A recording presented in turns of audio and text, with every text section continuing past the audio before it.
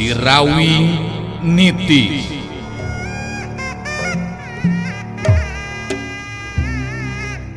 Sorot Panon Rasanti alias Munarsi, sakapeung galak gular giler, galak mataksieun anu borangan, sakapeung deui ciga anu melong kosong, arang ngiceup seperti jalma biasa, kitu nate lantaran aya dina pangaruhna Nini Karimun Sakti.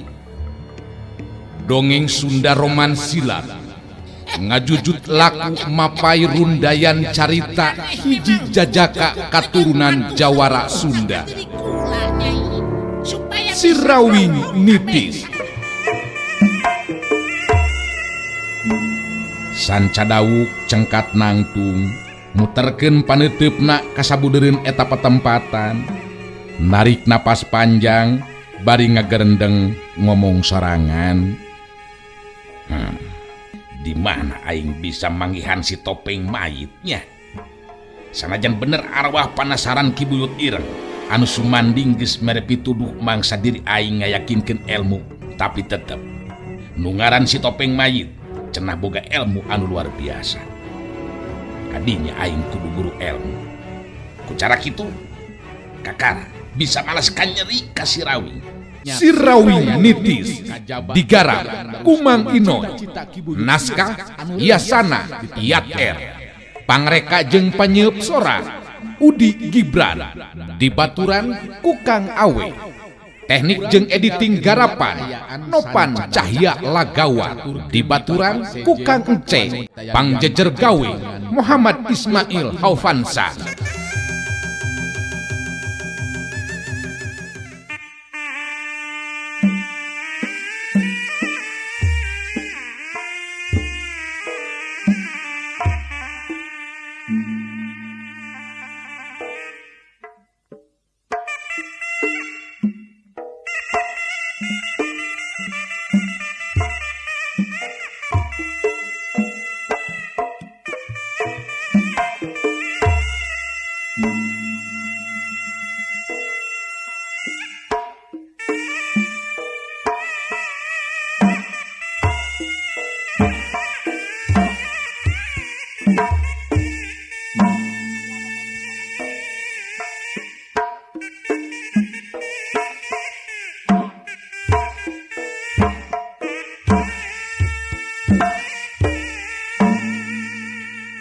Sero sanca dawuk dina waktu harita ngalengkah maju bari jeung ngawangun pasangan, neuteup seukeut ka Sirawing terus nyarita deui.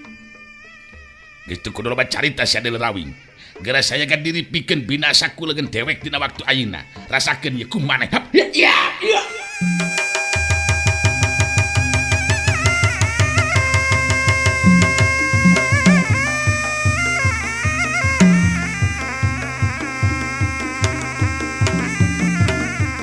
Sanca dawuk maju narajang langsung ngagunakeun ilmu sanca braja dibarengan ku kekuatan tanaga lapisan sapinuhna. Kitu nate lantaran geus nyaho saha Sirawing anu jadi lawana dina waktu ayeuna. Tapi Sirawing tangtu be lain lawan anu ente. Kawilang geus asak dina ilmu jeung pangalaman, panarajang sanca dawuk teu bisa kitu bae keuna kana sasaran. Sirawing mampu nyingkahan gempuran lawan sanajan tata gerak lawan ngandung keistimewaan dina hal gerak tipu. Sirawing kawilang kaget oge ningali parobahan sanca dawuk, sabab tata gerak sanca dawuk bete beda jeung Ki Buyut Ireng. Kitu teh mah lantaran ajen pangarti Ki Buyut Ireng memang geus hasil diyakinkeun ku sanca dawuk. Sanca dawuk beuki panasaran hatena sanggeusna ningali Sirawing mampu ngimbangan daya panarajangna.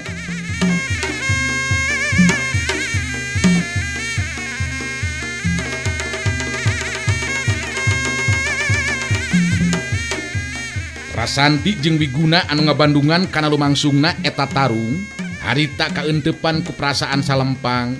Inggih Sirawing aya di pihak anu kasoran, upama nepikeun ka kitu geus bisa dipastikeun sanca dawuk geus moal mere diampun kanu jadi lawan.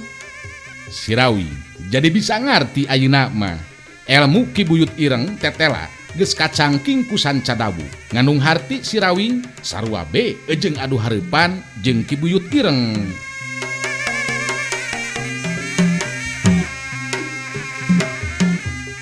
Tarung anu lumangsung beuki ragot.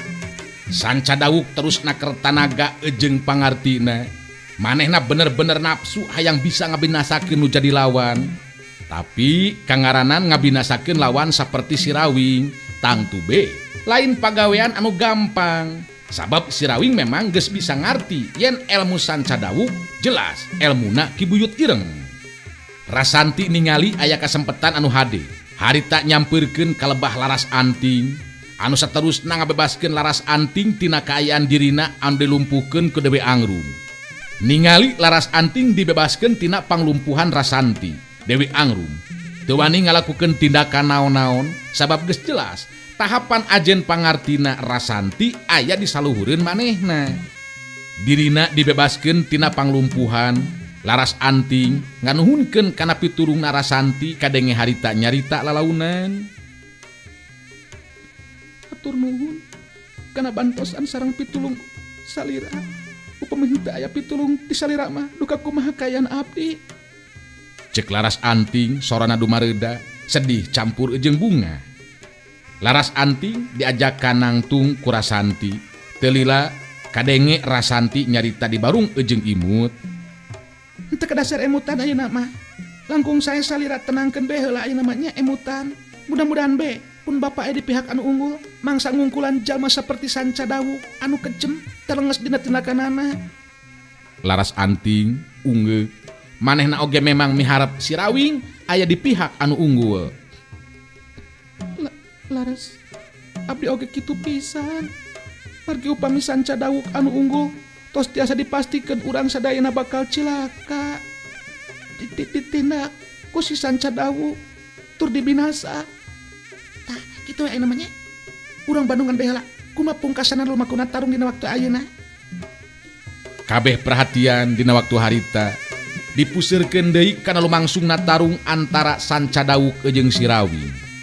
Sanca Dawuk anu terus ngarangsek ku panerajangna tetela masih keneh tacan bisa ngarubuhkeun lawan sabab Sirawing masih tetep mampu ngimbangan daya panerajang lawan. Dewi Angrum ngagero ka Sanca Dawuk mere sumanget sangkan Sanca Dawuk buru-buru bisa ngabinasakeun anu jadi lawan. Kancang rubuhkeun Kang Sanca, Sirawing geus tong diberi diampun jeung kasempetan hirup Kang Sanca. Ayeuna waktuna nu hadepikeun ngayakeun balitungan jeung Sirawing. Kudu unggul Kang Sanca, kudu unggul.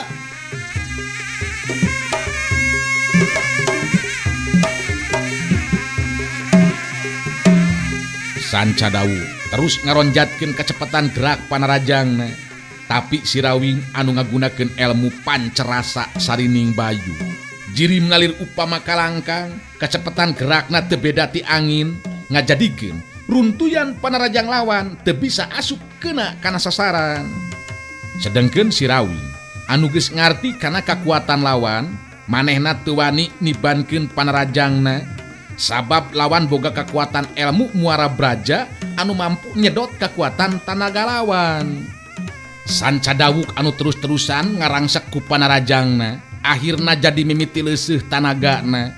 Sabab setiap panerajangna taya anu bisa kena kana anggota badan lawan. Gajeleng Sanca Dawuk ngagajeleng luncat ka tukang, ngahegak ngatur napasna bari neuteup ka Sirawing terus nyarita.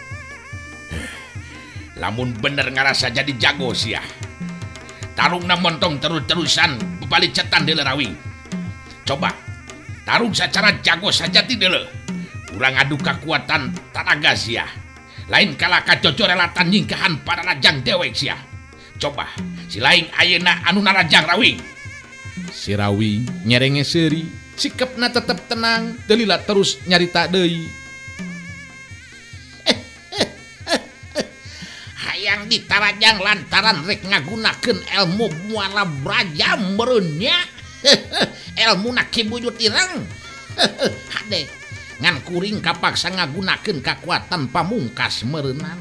Artina urang pungkas lumakuna ieu tarung saperti halna waktu kuring keur tarung ngalawanan Ki Buyut Ireng.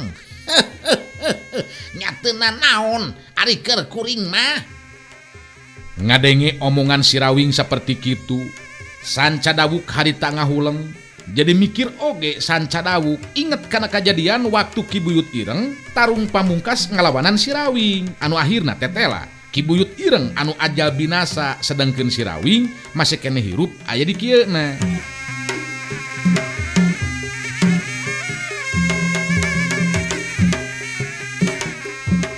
Tina eta kejadian ku Sanca Dawuk geus bisa kaukur. Ilmu jeung kekuatan Ki Buyut Ireng memang can cukup pikeun ngungkulan ilmu jeung kekuatan si Rawing. Sanca Dawuk narik napas panjang bari ngomong sorangan dina jero hatena. Aing memang moal bisa maksakeun diri pikeun ngabinasakeun si Rawing. Upama ngandalkeun ilmuna Ki Buyut Ireng. Sabab Ki Buyut Ireng oge dina pungkasanana tarung teh nepikeun kahanteuna paingan cek pituduh ti Ki Buyut Ireng. Aing memang kudu nambahan ilmu ti si Topeng Mayit. Kakara aing bakal mampu ngabinasakeun si Rawing. Jadi mun kitu mah aing teu bisa maksakeun maneh lamun teu hayang cilaka. Ayeuna memang lain waktuna anu hade aing tarung pikeun tutumpuran ngalawan si Rawing. Dewi Angrum kerung bangun anu bingung ningali Sanca Dawuk teu maju deui narajang teh. Bibirna ngagerendeng ngomong sorangan. Aneh, nah kunaonnya Kang Sanca bet kalaka ngajanteng nangtung seperti kitu. Lain maju deui narajang, bet kalaka cicing geningan. Piraku teu mampu ngelekeun si Rawing onaman, elmuna geus leuwih hebat. Tapi memang si Rawing teu beunang-beunang ditarajang ku Kang Sanca Dawuk deui.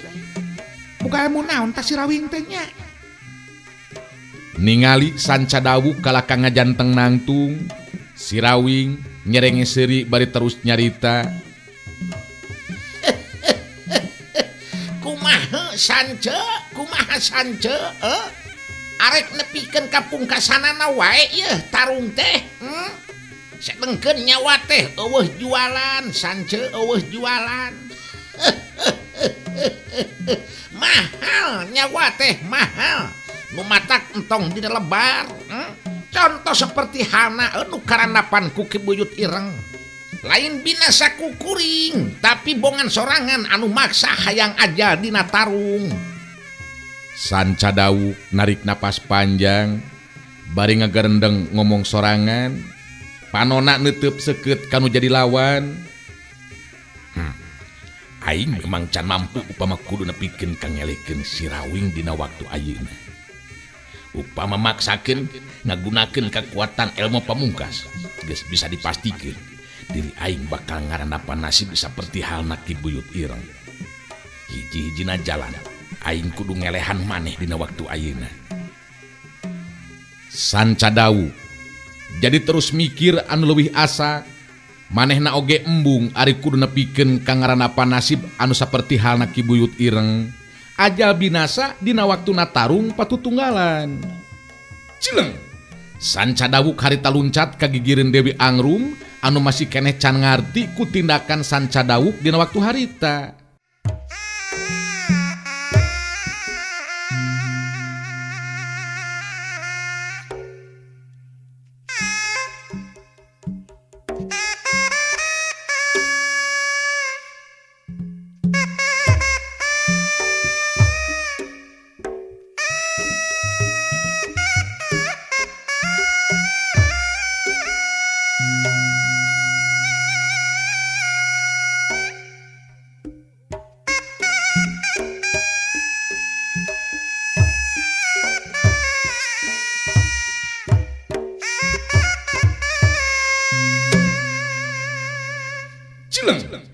Sanca Dawuk harita luncat ka gigireun Dewi Angrum anu masih keneh can ngarti ku tindakan Sanca Dawuk dina waktu harita. Memeh Dewi Angrum nyarita, Sanca Dawuk geus miheulaan ngomong. Wayahna, urang kudu ingkah heula ieu mah Dewi. Ulah ngarandapan nasib seperti halna Ki Buyut Ireng. Terus terang, akang can mampu lamun kudu maksakeun diri merenan jiwana si Rawing dina waktu ayeuna. Kudu menang heula ilmu tambahan ti Topeng Mayit Dewi. Jadi ayeuna urang kudu ini tala. laras anting geus dibebaskeun Kang. Piraku urang ayeuna rek init kitu bae mah. Wayana Dewi, kapaksa ayeuna mah keun bae. Masih keneh aya waktu jeung kesempatan anu sejen. Mun dipaksakeun ayeuna bisa jadi urang duaan anu ngalayang jiwa. Sanajan dina hate mah hanjelu, tapi akhirna Dewi Angrum bisa ngarti kana caritaan Sancadawu. Bener oge omongan Sancadawu. Buktina Ki Buyut Ireng waktu tarung patutunggalan terus ajal, sedengkeun si Rawing tetela masih keneh hirup.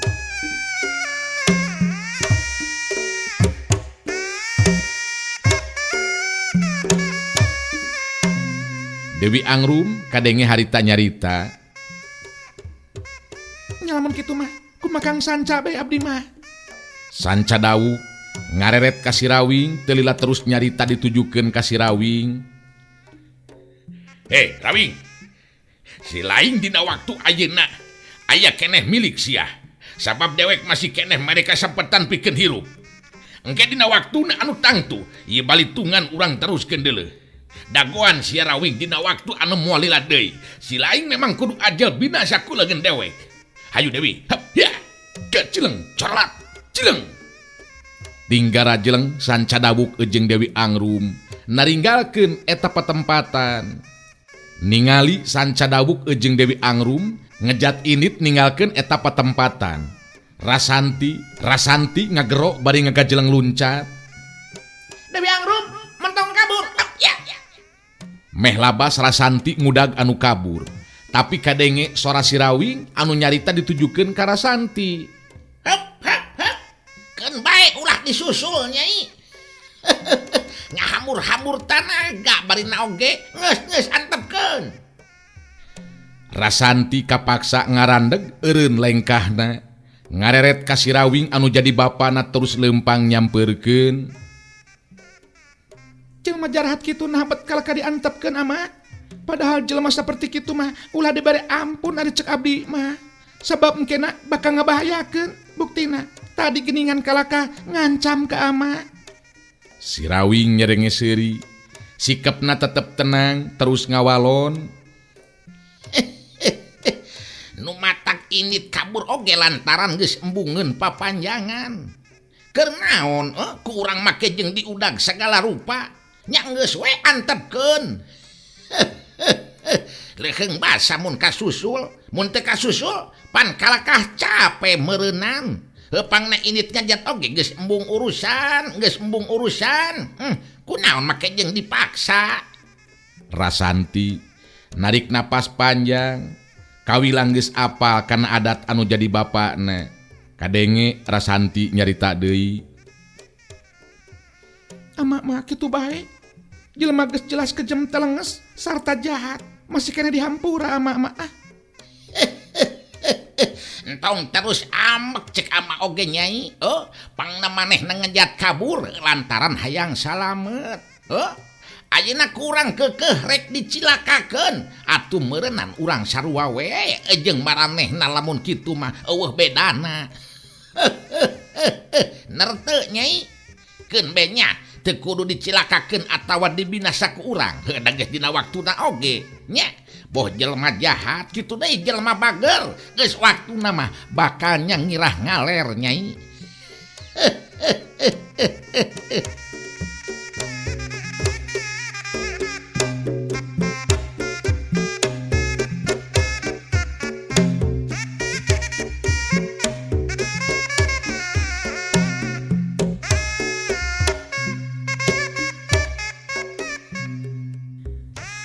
Kangaranan si Rawing anu jadi bapana geus nyarita kitu. Rasanti geus teu bisa paloba-loba deui carita. Memang moal meunang mun kudu adu carita jeung anu jadi bapana. Ngareret kalebah laras anting jeung Wiguna. Anu dereret harita daratang nyampeurkeun. Sanggeusna deukeut, laras anting neuteup ka si Rawing terus nyarita negrakeun rasa panuhuna. Sabab manehna bebas lepas tina cengkreman Sancadawu. Parawing, abdi nganuhunkeun pisan kana pitulung ti salira anu tos ngabebaskeun diri abdi Parawing tina cengkreman Sancadawu. upami teu ditulungan ku Parawing mah abdi sareng anu sanesna panginten tangtos bakal cilaka. Nyaku geus kabeneran be ieu mah Nyimas. Bapa memang nuturkeun anu jadi anak jeung murid lantaran salempang. Ari pek teh geuningan pinanggih jeung bahaya. Ke ari Nyimas nah kumaha bet bisa dibawa ku si Sancadawu geuningan. Si Rawing jadi tumanya ngeunaan saha sabenerna laras anting jeung naon sababna make jadi babandan Sancadawu. Ku laras anting terus dijelaskeun ngeunaan sabab musababna pangna nepikeun ka jadi babandan Sancadawu. Ku si Rawing jeung anu sejena beuki kaharti ayeuna mah laras anting tetela anak jelema jugala nyata anakna juragan Gandara. Kadenge harita laras anting mungkas guaranana. Tah kitu sabab musababna teh Parawing. Mung ayeuna abdi janten sieun ya. Maksad teh sieun karareuhnakeun. Ingis aya naon-naon mun anu ngaganggu ka abdi. Janten bingung ayeuna teh bade wangsul oge. Nya ari ceuk bapa mah henteu kudu make jeung ngarasa bingung sagala rupa Nyimas. Keun be. Nya, keun be ieu ieu anak bapa ieu Rasanti jeung Wiguna ngajajabkeun Nyimas ka lembur. Nya, ngarah aya batur jeung regreg. Tah, jadi kitu be ceuk amah mah Nyai. Ulah kapalang nulungan wayahna ieu Nyimas laras anting ku hidep duaan jajabkeun nepikeun ka imahna. Kumaha kira-kirana sanggup hidep? Si Rawing netep antep ka Rasanti anu jadi anakna. Anu ditetep kadenge harita nyarita. Nya, upami memang kedah kitu, teh aya bayan ama. Ari abdi sareng Kang Wiguna kedah ngajajabkeun mah ama. Nya lain kudu ceuk ama ieu mah, tapi hidup duaan dina tulung tinulungan ka jalma ulah rek satengah-satengah. Nu matak jajabkeun sing tepi ka lemburnya, sing nepikeun ka imah. Nya, heueuh nya katelahna teh sae teh ramah hidup teh Nyai juragan Gandara nya bapa teh Nyimas. Laras anting ungeuk bari ngawalon. Muhun Parawing. Nanging punten be abdi janten ngarepotkeun panginten oge ka Rasanti sareng Kang Wiguna dugikeun kedah jajab sagala rupi. Nya jelas ari ngariweuhkeun mah Nyai nya geus jelas. Tapi da memang kumaha atuh kangaranan tulung tinulungan teh hapanan kawajiban dina ieu kahirupan mah. Jadi kapaksa kudu dilakonan kitu teh. Nya. Kumajang Wiguna siap. Si Rawing dina waktu harita ngareret ka Wiguna anu jadi muridna, anu direret ungeuk bari terus ngajawab. Mangga ngiringan kumasaena be abdi mah Pak. Rasanti kadenge tumanya kanu jadi bapakna. Dupi ama ayeuna bade teras ka mana ieu teh ama? Nya ari ama mah balik deui weh ka lembur. Ku ama dibejakeun meureunang ngeunaan kaayaan hidep nya ka indung hidepnya. Ku ama bakal dibejakeun ngajajabkeun heula Nyimas laras anting. Atuh piraku ari kudu irit-iridan mah jeung ama. Atuh hitung-hitung bari jeung jalan-jalan we ningali kaayaan lembur anu sejen. Tah kitu be Nyai nya. Jadi urang papisahan yeuh di dieu yeuh. Rasanti kadenge dina waktu harita nyarita deui. Muhun mangga tuh ama. Mudah-mudahan be abdi sareng Kang Wiguna lancar dugi ke tempat anu dimaksud kalayan aya dina kasalamatan ama. Nya sok didoakeun ku ama nya. Hayu urang lumampah masing-masing ayeuna mah nya.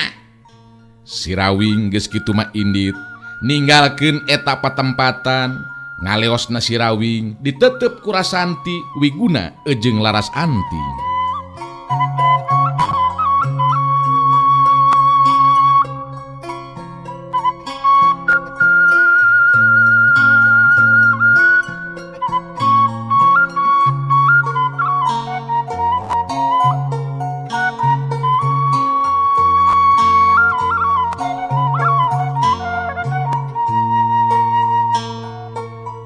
Sanggeusna jirim si Rawing teka tingali laras anting kadenge harita cumarita.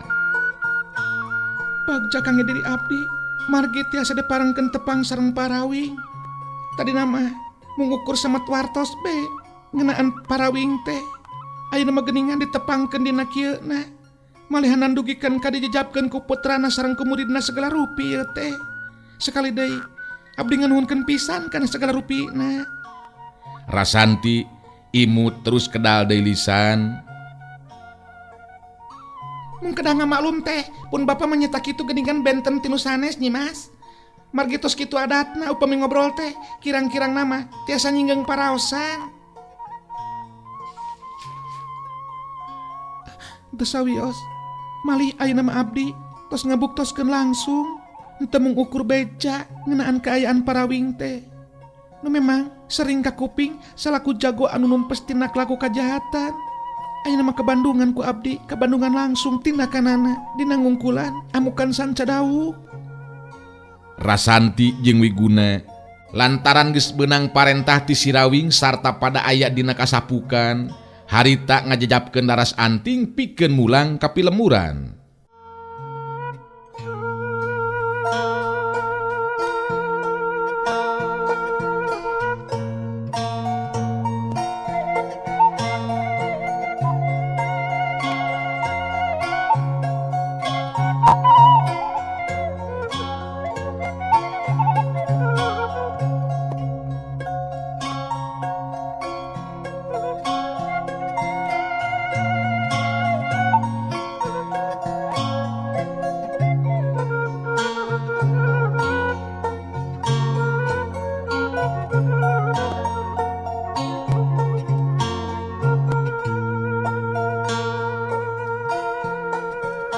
Caturkeun Sirawing waktu tepi ka imah terus ngajelaskeun ka Raswati ngeunaan kaayaan Rasanti jeung Wiguna anu ngajajabkeun heula laras anting.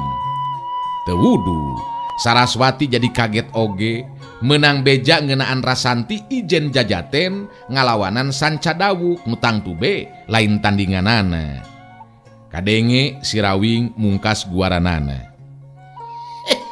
Tah kitu kajadian nana anu karanapan ku anak urang teh Raswati.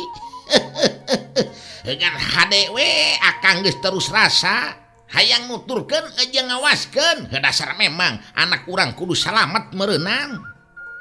Saraswati neuteup antep ka Sirawing anu jadi salakina teu lila terus kedalisan. Ngan ayeuna mah tak aneh ya teh Kang. Kunaon jama saperti sanca dawuk bet kalaka ngejat ninggalkeun pakalangan. Biasana jalma anu saperti kitu kawilang nekat dina ngalakukeun tindakanana teh. Nya hayangeun ini teh meureunnan Saraswati hakituna teh lantaran hayangeun salamet jeung akang can waktuna kudu paeh ku jalan tarung nu matak manehna kabur. Tapi Rasanti jeung Wiguna kalaka ngajajabkeun laras anting atuh Kang. Nah moal aya naon kitu? Nya moal aya naon moal heuda anu heungan naon-naon oge apanan si sanca dawuk apanan kalakah indit. Jadi cek akang mah henteu kudu salempang ku kaayaan Rasanti jeung Wiguna. Kang Rawing, dina hati abdi memang kaentepan ku perasaan bagja Kang. Sabab Rasanti anak urang tetela geus cukup dina ngabela diri. Buktina Dewi Angrumap geuningan nepikeun ka bisa kaungkulan.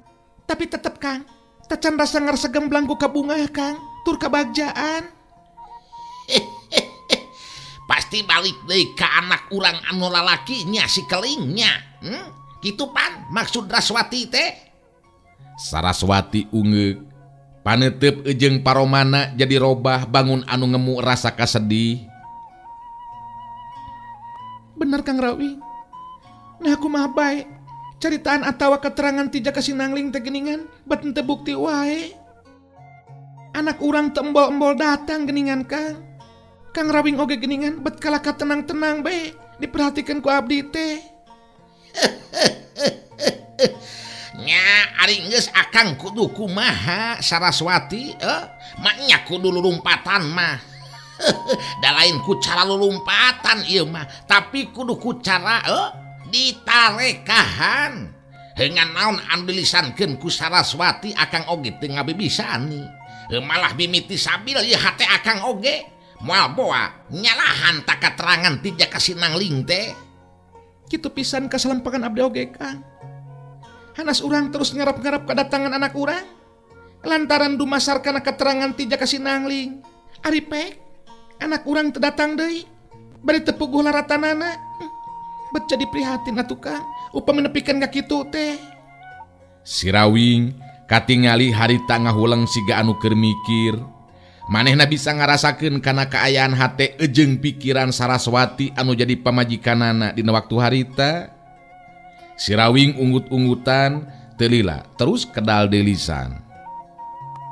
Nyamun ki galagatna mah yeuh, akang kapaksa ieu mah. Kudu numpi deui diri yeuh di jero guha sumur legok panamping. Akang kudu numpi deui diri ieu bae di jero guha sumur legok panamping. Sugan be bisa menang laratan ngeunaan kaayaan anak urang.